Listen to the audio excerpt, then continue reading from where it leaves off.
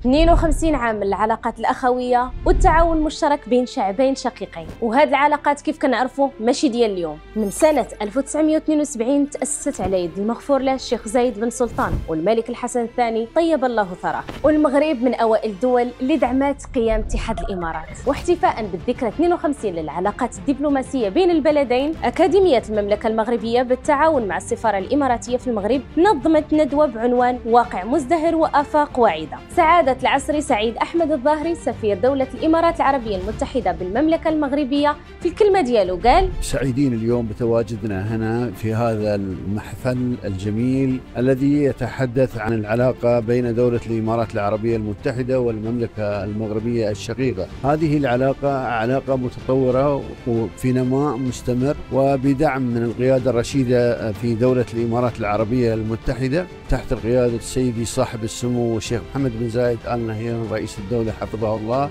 وأيضا أخيه صاحب الجلالة الملك محمد السادس نصره الله. وبدور السيد عبد الجليل الحجمري أمين سر دائم للأكاديمية المغربية أكد على أن قوة وصلابة العلاقات اللي كتجمع بين الإمارات والمغرب من بثقة من واقع التفاهم المشترك والاحترام المتبادل بين قيادة البلدين. نتمنوا لهذه العلاقات المزيد من الاستمرارية والمحبة المتبادلة.